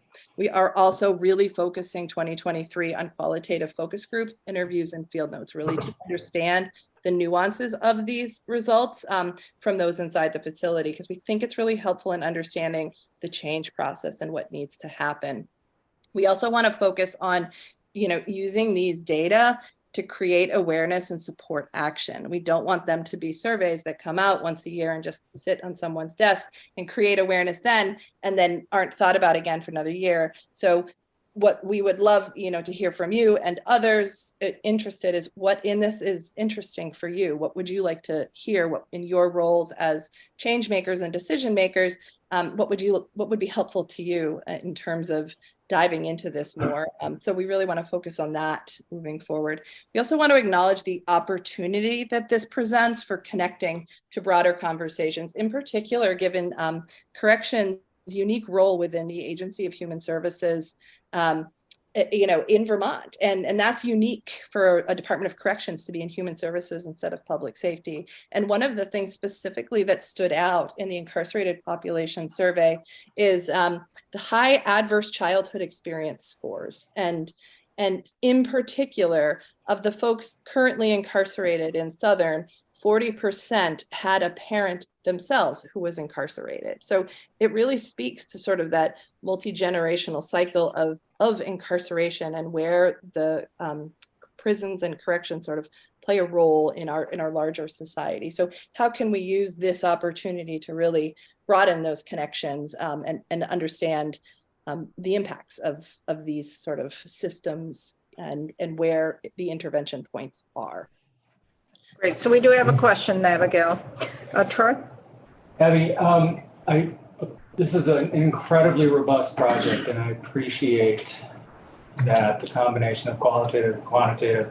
When I asked the commissioner to clarify the data he's collecting, whether or not that was just recruitment data. He indicated that they've got their own data on satisfaction. That worries me as it might impact this survey.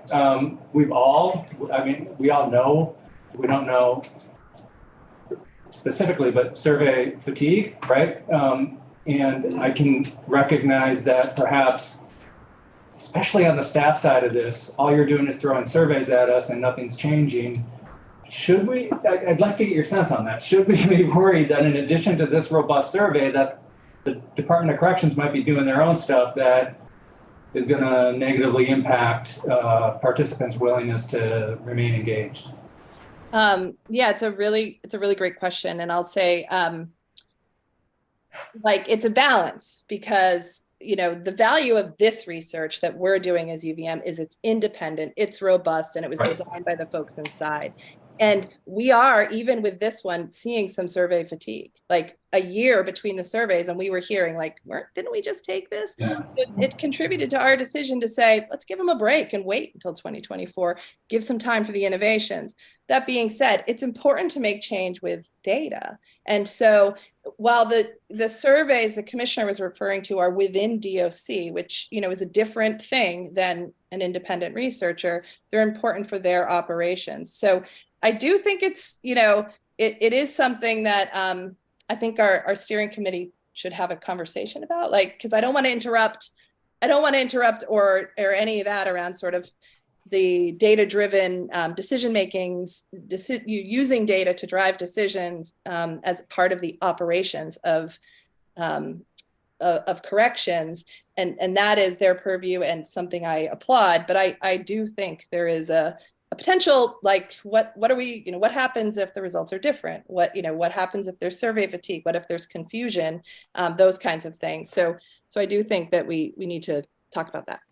Thank you. Please do. Okay, anything else, Abigail? I know you got this last slide up. This is it, but I'm, available for anybody who has any questions and always happy to talk at any time. Thank you so much for this. As you could tell, it did spike a lot of questions and concerns in the committee. And the committee, I'm sure, will be doing a little deeper dive as we progress in our work on correctional issues. But this really lays a good foundation for understanding of our members in terms of some of the corrections world and the research that's going on. And I really want to thank UVM for coming up to the plate for being the independent partner in this. I think this data is really helpful and informative, and it's informative to us as legislators, but I think it also is informative to DOC, and they may need a little bit of pressure and push to get over the top. And I think they'd be getting some of that from some folks in this committee and this committee in general for that. So thank you. And thank you, Jesse, too, for coming in. We really appreciate this. So we are going to have to shift gears. So thank you. And Thank you. And Brad, if you could at some point just hook in with Phil so we can finish this particular piece, but it's also tied into something else that we have to deal with next. I was going to rest a lot on Isaac and the commissioners' schedule. Yeah, see if we can find something soon for this. So I know we were scheduled for a break, but I want to keep pushing through because I'd like to get done before 12 o'clock because we're back at 12:30. I have a meeting that I have to go to at 11:45, and Chip can carry on with that. So let's bring Becky up. We're going to shift gears. Welcome to the world of a committee that's both a money committee and a policy committee.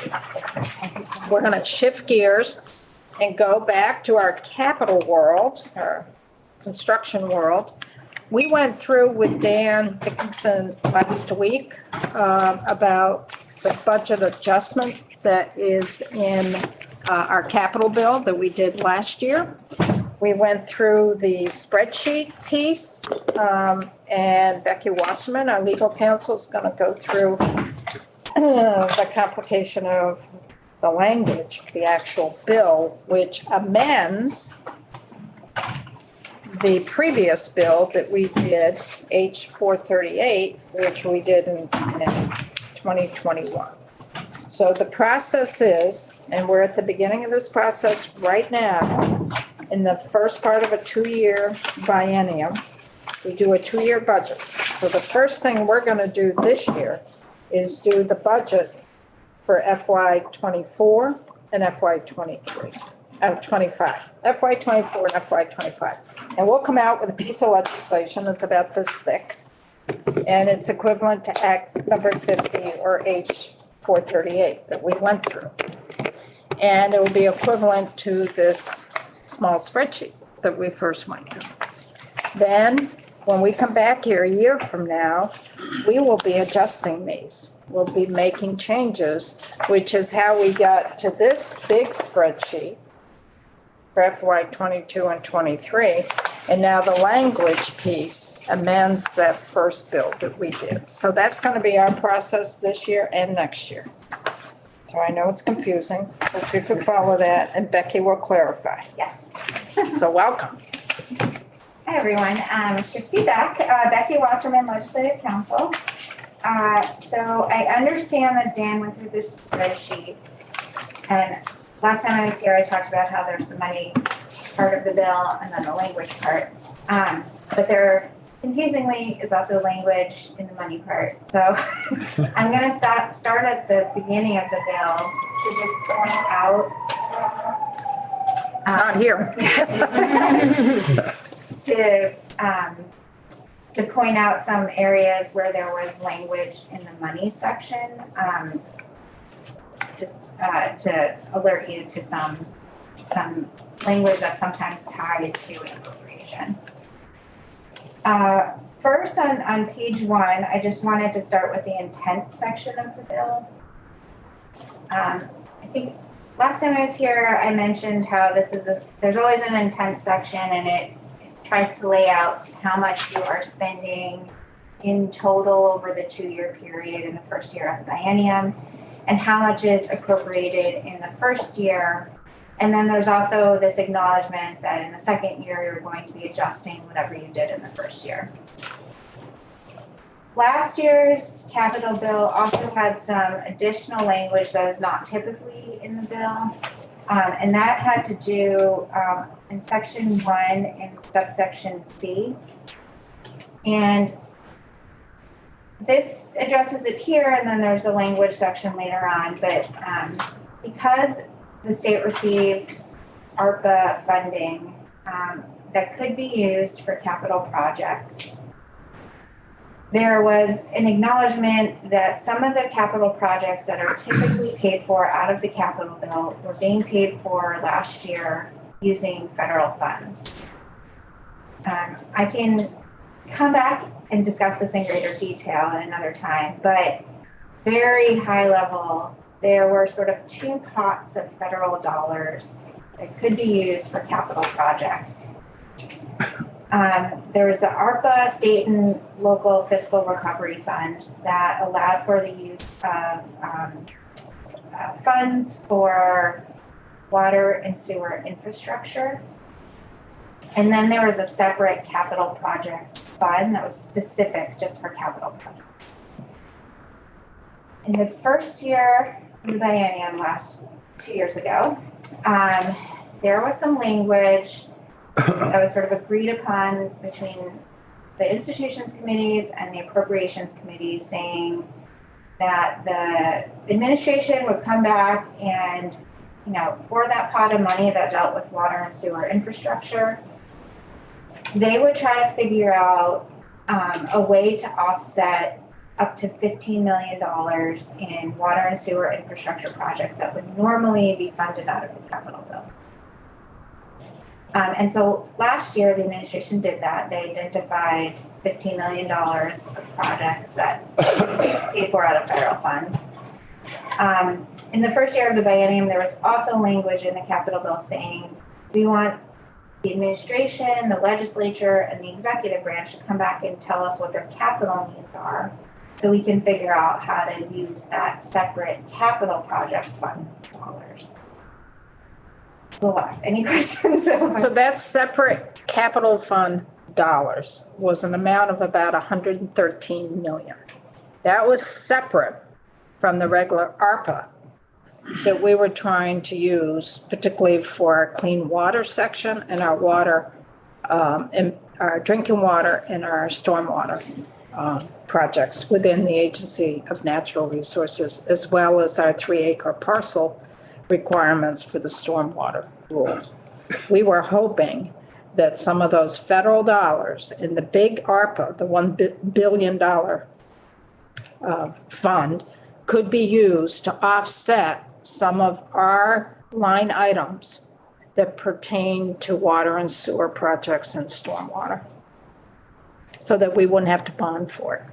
And then on top of that, there was another pot, the 113 million, that could be used for capital projects. But the guidelines at this time had not been developed. So we were saying wherever we can use these federal ARPA dollars, instead of bonding, let's do it. Troy and then Wayne. Okay, Wayne. So they asked, the administration asked all the agencies for all the possible projects they could have that they had in mind. Is that what they did? So total wish list kind of thing? Taking the two pots separately, the first pot was 15 million that they needed to offset. That could just be water and sewer infrastructure. And the direction was to just kind of look at the projects that are typically funded in the capital bill. Okay. So it is like a limited universe of what could be in the capital bill and could have met the eligibility requirements for the federal dollars. So they didn't do a global look. No, we did not want that. Yeah. And then, I mean, that was only 15 million of the, 1 billion. So, they did sort of that global look in another sense, but this was specific for water and sewer infrastructure. And then the other capital project fund pot was, I think there was an idea in the first year of the biennium that they wanted to try to split between each branch of government that money, that 113 million. So each branch of government came back with a proposed.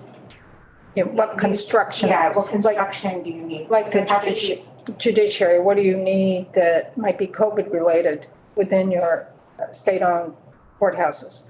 Within the executive branch, what are the projects within their world that they could see? And within our legislative branch, what was it in our world? And in our world, we were hoping it would be the expansion of the State House. So we asked these 3 branches to come back with their recommend, but one branch was not allowed to suck up the full 15 million. But then it changed as it went through our process. So that is just a lot of background for this intent language and some other language later on in the bill, which is saying that, the legislature in the second year of the biennium wanted to offset some capital projects using federal funds, and that, to the extent that that was in compliance with federal law and guidance.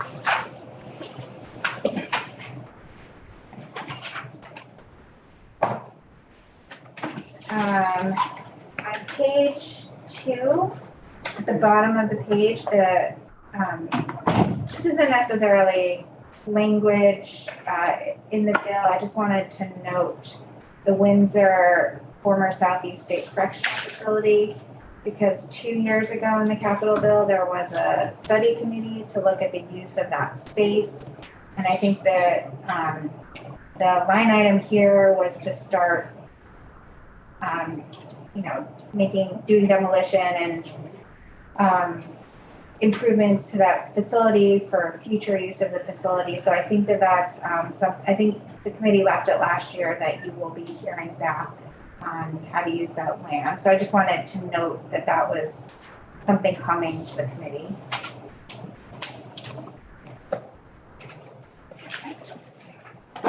Page 3. Just noting here that subdivision 21, the 1.4 million for the IT spaces, there is some language at the back of the bill that I will touch on that relates to the Ledge IT's office space. And then in subsection D1, there is so this is an example of language that is attached to an appropriation. There's an appropriation for HVAC renovations in the State House in this bill. And this language is related to that appropriation. So, and I think maybe BGS did come to talk to you all about this, but BGS was supposed to come back to this committee at Senate institutions with some options for a heat source for dehumidification of the State House in the summer months. And it had to be consistent with the state agency energy plan. And then in subdivision 2, sometimes there's language like this in the bill where it says that, you know, although there's this appropriation, no funds should be expended for a heat source until the General Assembly approves one of the options. So sometimes there's language that says, we've appropriated this, but you can't release those funds until, you know, XYZ happens. We'll be getting into this. They're just finishing up that report. So we'll be getting into this. Okay. And then if we can jump to page 5 of the bill. There is some language added in, this is the Commerce and Community Development section. Subsection D, I think this actually came from the Division of Historic Preservation, but they requested some language that allowed them to conduct facilities condition assessments on all the buildings and structures of state historic sites within the next 5 years, and then have a cyclical plan to update that. And then they had a priority system for buildings and structures that were open to the public. So you might want to hear from them with an update on that process. And I think this next language in subsection E may have originated within the Senate. I think it did. So the Lake Champlain Maritime Museum had a plan last session to decommission the schooner Lois McClure. And there was some discussion that because they had received over time in the past some capital appropriations for, you know, upgrade and repairs to that schooner, that the state, although the state couldn't direct them not to decommission this ship, they wanted to sort of encourage them to think of another option from decommissioning. So this language came as a result that there is the Maritime Museum wanted to go in one direction with the Lewis McClure schooner, which was basically decommissioning it. But there is a group of volunteers that also work with the schooner Lewis McClure that didn't want to decommission. So we got in the middle of this and we said, we don't want to be in the middle of this. So that's why we put in the language that you need to explore all the options because they were in total disagreement. So we'll need at some point to get an update. We get into all sorts of stuff. The year before we got into the sinking of the Adirondack, which took on its own life. Not the decommissioning, but the sinking of it in Lake Champlain, which brought up all this environmental concern. And then, so we ended up not doing it. And I think the Adirondack group has gone over to New York State. So I don't know what happened there. But we get in the middle of some really strange things sometimes because we fund just about every department and agency one way or another at different times in capital budgets for construction issues. So. Page 6, there is an appropriation in this bill to both the Vermont State Colleges and to Norwich University.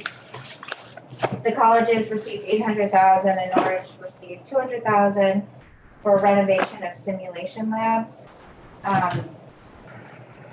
And there's some language in both sections, so it's in subsection C for the colleges and and subsection B for Norwich.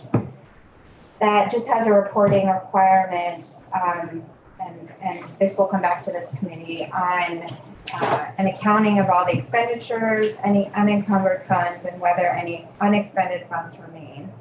And there's also some other language in the back of the bill relating to this program. So we got in the middle of this one with Commerce Committee was working on a big workforce development bill. And one section of that was to have these simulation labs. And when their bill went down to Appropriations Committee, they were hoping that ARPA dollars could be used for these simulation labs. We were in the process of finishing putting our capital budget together. We had a little bit on the bottom line of bonding capacity that we hadn't allocated at that point. And the chair of Commerce Committee came in with the person from Approach and says, we need some help. Is there any way that there could be any capital dollars used for these simulation labs, because you're investing in actual bricks and mortar and the labs will last more than 20 years. So we did that, and then we had to develop language around the policy of distributing these dollars. So that's how it ended up here. It didn't come in on the governor's recommend. It wasn't anything that we had worked on. It came in at the last minute from some of our colleagues. And this committee has always been willing to help our colleagues if we have the capacity within our capital budget to do so. Sometimes we don't have the capacity, but we always have to make sure that whatever is requested of us from our colleagues, that it is an appropriate project for bonded dollars. It doesn't go into the operations of any entity. It's for eligible construction projects. Then you were dealing with ARPA fund eligibility also last year. Well, we were, but that ended up being conversations with the appropriations committees. That all ended up in the appropriations bill in the end. That's how we're linked. And we're going to be linked this coming year, even more so, with the appropriations committee. There's going to be a lot of linkage there between our two budgets this year. So the reporting back on this will tell us, will assure us that they spent it on the right things. Or how far along they are in expending the money or not for that. So it goes between Norwich University and our state colleges. Because initially, the money went to BGS. The BGS says, we don't want this. We're not in the business of going out with RFPs for these labs for our schools, our colleges. We don't want this. So we had to figure out where to appropriate the money to.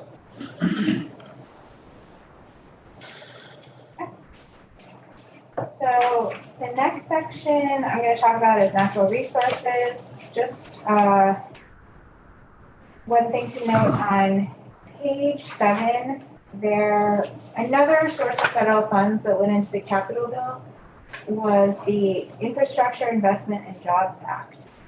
So that act came out, I think, during session. It came out at the beginning of the session or at the very end of the previous calendar year. Yeah, and so there was some money in that bill that provided a higher than normal match for state drinking. A lower match. It was 10% match, not the 20%. In addition, I think it was in addition to what is normally provided. So it was in addition. Yeah. So there was a separate line item put in the capital bill for this sort of additional federal match. And because the state knew this was coming, but the money had not actually become available for the state, there was some language on page 8 put in that said, this is in subsection H, that the funds for this line item would not be released until the federal grant actually became available to the state. So that's something you might want to get an update on from A&R. And bottom of page 8, rustic cabin construction program. So a couple years ago, there was an appropriation for the rustic cabin construction program. There was some I guess, discussions that this program would be done in conjunction with the career technical education centers. This is never, I guess, put in the capital bill. And so I guess the committee heard from Forest Parks and Recreation and realized that that collaboration had not happened. So 200,000 was additional was put into that line item in the second year of the biennium, and there was some language in there saying that 200,000, the intent there was for that to be part of the work for the career technical education centers to assist with the program. So the 200K was going to go to the technical centers to do the work now? No, it was gonna go to Forest and Parks for their rustic cabins, and they were gonna work with the tech centers to develop the construction documents and the building of the rustic cabins. So the money was directed to Forest and But it Parks. wasn't going to be a pass-through? No. And because of COVID, that never got started. So what we did was reallocate it. Repro group, we reallocated it.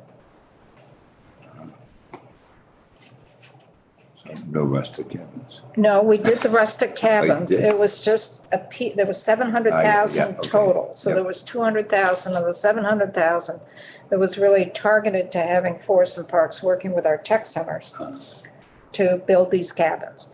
And because it didn't get done, we ended up reallocating that 200,000 because the language, that 200,000 was tied up in language and we Yep. had to release that. Okay. Okay, so page 12, section 13. So this is jumping back to what I started with about ARPA funds and that $15 million that the administration came back and gave a proposal about how to offset capital projects with those dollars. So what this section is doing is saying that, you know, there's this $50 million offset and those projects were identified by the governor and this bill is going to be authorizing those projects but not appropriating any of the dollars for that because there was a decision last session that the ARPA funds would all stay in the budget bill. The institutions committees decided that although the actual appropriation for those projects the money was going to be in the big bill, the authority to do those projects would stay in the capital bill. And part of that, I think, is just sort of ease of reference that everyone will know where to look. They're trying to look for the authority for certain capital projects that are typically in the capital bill. And just to, and these are projects where some of them actually have state funds going to them as well. So it's just was easier to keep all the authorities together. And this is also projects that are under the jurisdiction of this committee. So this actually lays out all of the authorities for what was paid for from ARPA dollars. But if you actually want to find those amounts, you would have to go to the appropriations. So Becky, I have a meeting downstairs that I have to go to, so Chip will finish up. Then when we break, we're back at 12:30.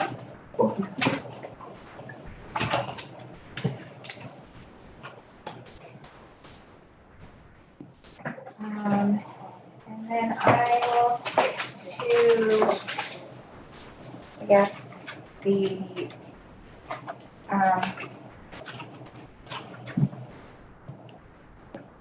bottom of page 17.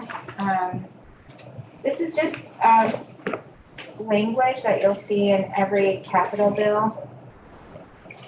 Section 15. And this is a section that authorizes the state treasurer to issue general obligation bonds and how much is being issued and just sort of sets forth the source of funds for the bill. And then last year, there was some additional bonding capacity of almost $13 million and so there was an authority to the state treasurer to issue that additional amount of money that was previously appropriated for but never issued under the first year of the biennium. And so this is where you'll see like the total bonding capacity for the bill. Section 16, the section title for this is very confusing because it is just a number of citations. It starts out with 2013 Acts and Resolves number 1. And so this is how we sort of referenced when you were going back to amend past session law. And what this is doing, although it's hard to make sense of it from this, is that back in 2013, there was a policy decision that the engineering costs associated with capital projects would be paid for out of the big bill, out of the general fund, and not out of the capital bill.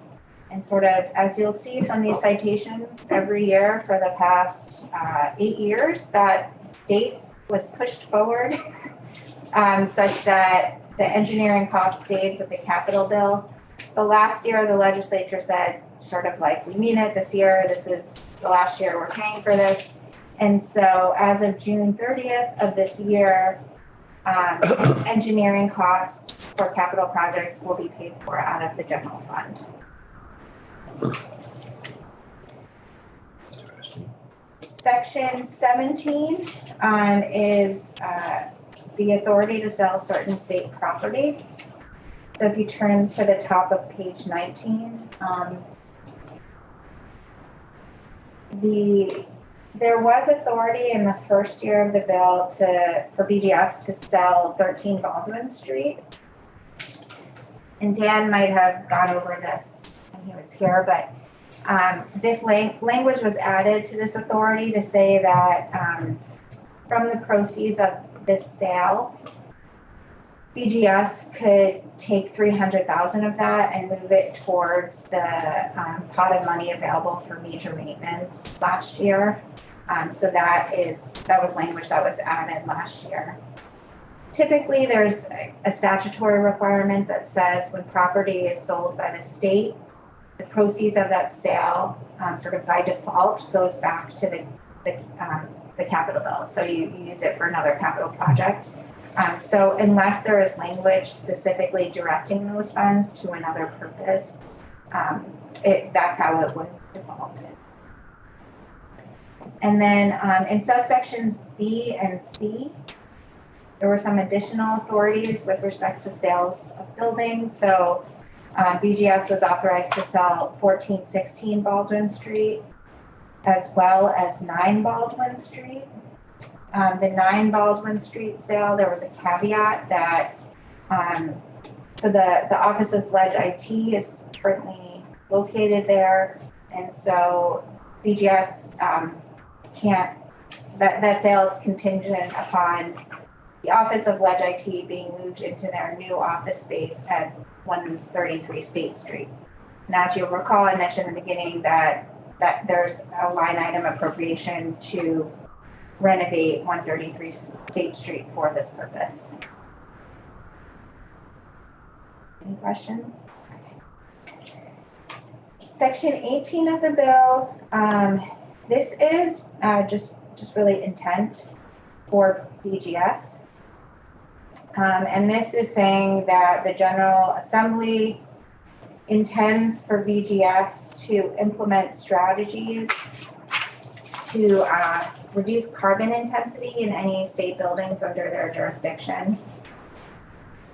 And then in subsection B on page 20, there was also intent that Forest Parks and Recreation and AOT use the technical assistance of the State Energy Management Program, which is under BGS, for eligible projects. And Forest Parks and Rec and AOT are the other agencies in addition to BGS that own state buildings and that would be eligible to use the state energy management program. So, additional, I don't know that they own anything that would qualify for the energy efficiency programs that are under the state energy management program. It's my understanding, but I can look into that.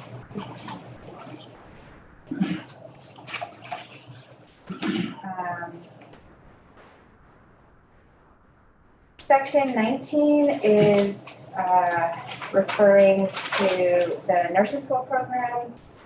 This is language that went along with those appropriations. So this is another reporting requirement, and I'm not sure if the committee received this report. It was due January 15th. Oh, actually, this one didn't go to this committee. That was dealing with the infrastructure and programming needs, estimating costs, and timeline to renovate or construct the labs. And so, wondering now why this didn't go to this committee, but I'm sure you will hear. The report should be available on the website also. So was there an appropriation for the reducing, just going back to section 18, was there an appropriation for reducing carbon? No. No. Just a statement. It was a statement, and I think you can have BGS come in and talk. I think Okay. I recall their testimony that this was something that they were already trying to work on, and they also have the state energy management program where they try to, it's like a revolving loan fund where they are using, they're trying to reduce energy in buildings and like use the savings to go back into the fund for future projects. Okay. So I think this all ties into what that program is doing. And the intent about AOT and Forest Parks and Recreation is that I think that department and agency are not really making use of the state energy management program. So this was sort of encouraging them to do that work for the buildings that they own. Okay. And encourage them more. Okay, thank you. Page 21, almost done, is revising some language that was added at the start of COVID in 2020. So typically under statute, BGS has the authority to make use of space in state buildings. The legislative branch felt that during the 21-22 session, when everyone was coming back after COVID, that they wanted to be able to spread out a little bit more during COVID. So they put into law that they would have the use of certain alternative locations in the Capitol complex, and you can see the list there of where that was. So what was changed here is on page 22. That from January to June of this year, the legislature was sort of extending this authority for certain rooms at 109 State Street.